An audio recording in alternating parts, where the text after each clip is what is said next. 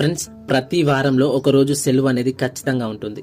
అదే ఆదివారం. మరి ఆ ఆదివారం సెలవు రావడానికి కారణం ఎవరో తెలుసా? చెప్పు. ఫ్రెండ్స్, ఈ ఫోటోలో కనిపిస్తున్న వ్యక్తి పేరు నారాయణ్ మేఘాజీ లోఖండే.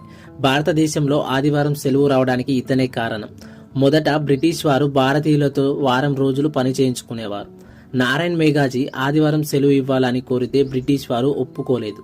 అప్పుడు నారాయణ్ మేఘాజీ 1881 నుండి 1889 వరకు పోరాటం చేస్తే 1889లో బ్రిటిష్ వారు ఆదివారాన్ని సెలవుగా ప్రకటించారు. అసలుడే గాని మహానుభావుడు.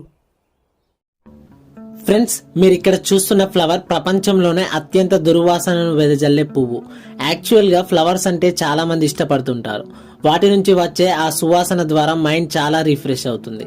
కానీ అమెరికాలో గ్రాండ్ వ్యాలీ స్టేట్ యూనివర్సిటీలో ఈ భారీ పువ్వు పూసింది. దీన్ని కార్పస్ ఫ్లవర్ అని పిలుస్తారు. దీని గురించి ఒక షాకింగ్ ఫ్యాక్ట్ ఏంటంటే 7 ఏళ్లలో ఇది ఒక్కసారి మాత్రమే పూస్తుందంట. అంత పెద్ద పుష్పానికి కార్పస్ అనే పేరు పెట్టారేంటి అని మీకు డౌట్ రావడం సహజమే. ఎందుకంటే ఆ పువ్వు నుంచి శివం కుళ్ళిన వాసన వస్తూ ఉంటుంది. దాన్ని మనం ఏమాత్రం భరించలేం. కొంతమంది కుళ్ళిన మాంసం వాసన వస్తుందని చెబుతారు.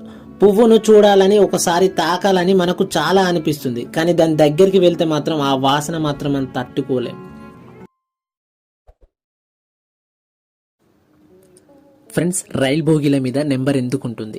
మరి అది తెలుసుకునే ముందు మీరు కనుక మన ఛానల్ని ఫస్ట్ టైం చూస్తున్నట్లయితే సబ్స్క్రైబ్ చేసుకోండి. అలాగే వీడియో సేవ్ చేసుకోండి.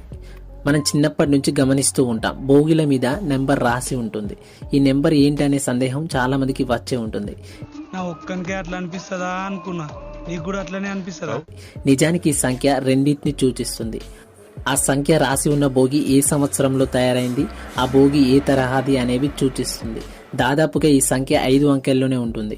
ఇందులో మొదటిది 2 నెంబర్ల బోగి తయారైన సంవత్సరాన్ని సూచిస్తాయి.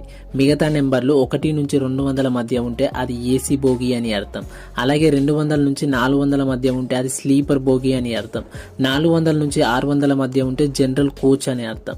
ఫ్రెండ్స్, ఈసారి మీరు కూడా ట్రైన్లో ప్రయాణించేటప్పుడు ఇలాంటి సంఖ్యని కనుక చూస్తుంటే అది ఏ బోగియో తెలుసుకుని కామెంట్ చేయండి. ఒకవేళ మీరు ఇదివరకే చూస్తున్నట్లయితే అది ఏ బోగియో కామెంట్ చేయండి.